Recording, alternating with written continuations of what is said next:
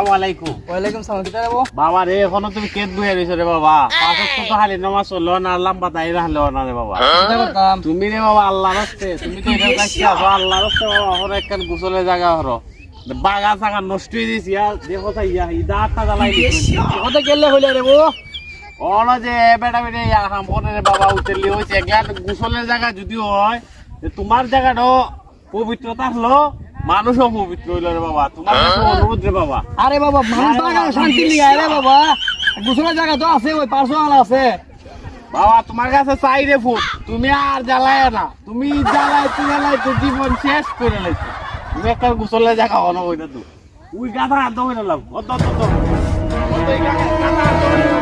গোসলের জায়গা হল একটা গড় করে দিমু, যাতে বাগান নষ্ট না হয়। একটা গড় দিমু কইরে, যাতে বাগান নষ্ট না, গোসলের জায়গা থাকবো।